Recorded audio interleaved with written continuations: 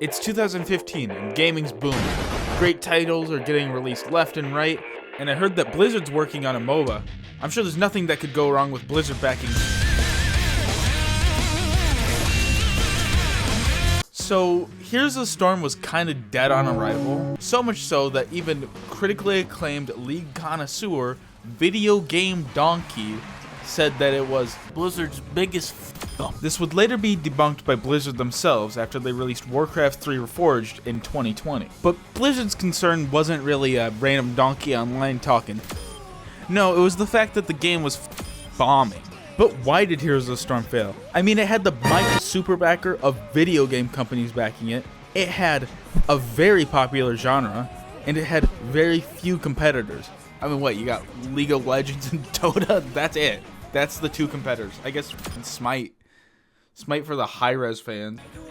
Anyways, the reason why Blizzard's Heroes of the Storm failed so miserably probably came down to three.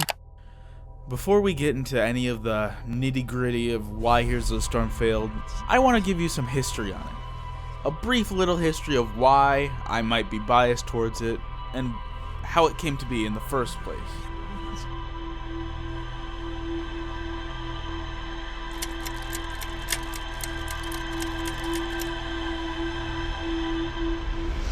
They say a man never really knows himself.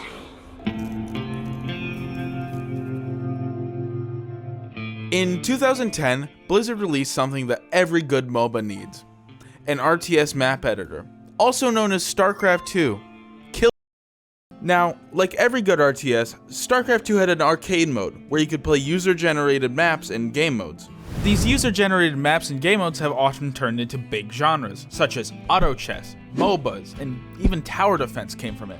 And Heroes of the Storm is no exception, as it was supposed to be released in 2010 as a StarCraft 2 arcade mode. But unfortunately, that got cancelled. After the reception at BlizzCon, the devs said, "This isn't worth our time. Because this shit's too popular. We can't be sitting on this in a StarCraft 2 arcade mode. We're making it to a full game." That's right, we're making Blizzard Dota into a full game. I'm not joking, it was originally called Blizzard Dota. And I know what you're thinking. This is a lawsuit waiting to happen. Damn right it is. Blizzard now sues Dota for stealing their name. I'm not joking. This actually happened. Look it up. It is insane. Blizzard was insane. They lost. By the way. They lost. Anyways, as someone with 4,000 hours in StarCraft 2 Arcade, you already know I was hyped as fuck for Heroes of the Storm. In fact, I was so hyped, I'm pretty sure I remember myself going, Daddy, I want the Heroes of the Storm pre-order." And I made my dad buy me Heroes of the Storm. You know, Heroes of the Storm on release even was a free fucking game. It was a free game. Well, now that we know how Heroes of the Storm was made, let's go back to the future with our time portal. That is breaking. Oh, no, we have to wait. Oh, we have to wait. All right, that's it. I've been making YouTube videos long enough. I'm pulling out the funny graph. That's right. If you guys don't like and subscribe in the next 10 seconds, I'll... Now, where were we again? Oh, yeah, this. I guess I just gotta let future, or past future me yap? The reason why I don't know. Blizzard It's a version of me and it's yapping. failed All the same to me. miserably. Probably came down to three different main points. Those being marketing, a very rough launch, and, well, we'll talk about the last one later. But let's start out with marketing, since it kind of goes hand in hand with the rough launch idea. Here's the Storm's was really, really bad because they just didn't. It was, yeah, I don't. Alright, well, I might have exaggerated a little bit. The marketing was just extremely inadequate. You see, Heroes of the Storm was originally shown off in 2010. This is 5 years before its release.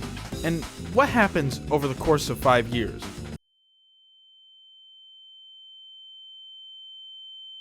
Well, a lot.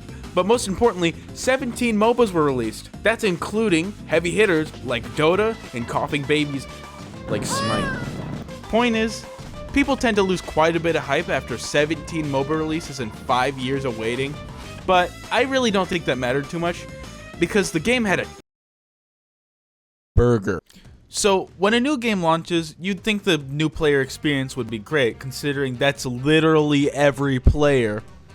But Here's a Storm took a different route. It was terrible. I mean, it was the worst. I mean, they went full Battlefront 2 with how terrible the launch was. On release, it took 17.4 hours to unlock a new character. It wasn't as bad as Battlefront 2. It wasn't as bad as Battlefront 2. And you didn't have to pay for it.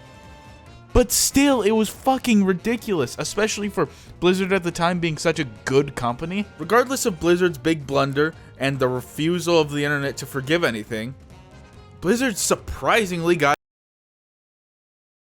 It's 2020, and after a few years and a few hundred changes, Here's a Storm is actually shaping up to be a decent game. And people are noticing it. IGN changes their review from 6.5 to 8. Donkey releases a best of 2020 video. Guess what's in there? Here's a Storm. Niche YouTubers start making videos on how fucking good the game is and how you should give it a try. Wink. Wink. People are generally coming to appreciate this game. So what does Blizzard do?